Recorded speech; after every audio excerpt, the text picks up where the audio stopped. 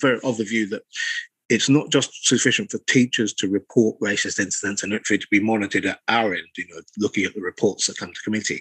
I actually think that it's good that we have anti-racism clubs, many of our schools do, but I would like to see the parents more engaged and more involved in creating the school community and actually receiving the same training that the teachers are now receiving. I'm very positive and pleased that the last couple of years, over 500 school leaders in Glasgow have received this racial literacy training, and obviously more of them will get it.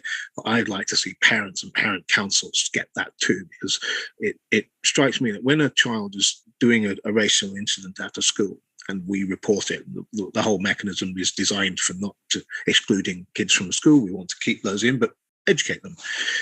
I have to say, I think we should do much more to bring their parents in, because these attitudes often come from their parents, but they're coming from the wider culture.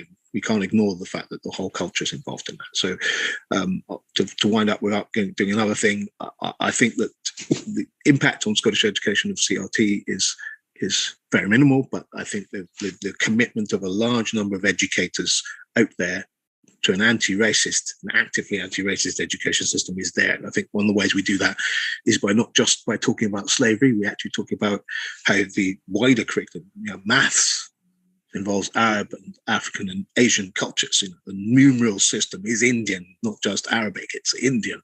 So the origins of where our science and maths comes from can be integrated into the wider curriculum and give people another impression. Primary school kids in Albert Primary School in Glasgow, actually, because they couldn't see children's books with their faces in them and stories about them, they wrote their own.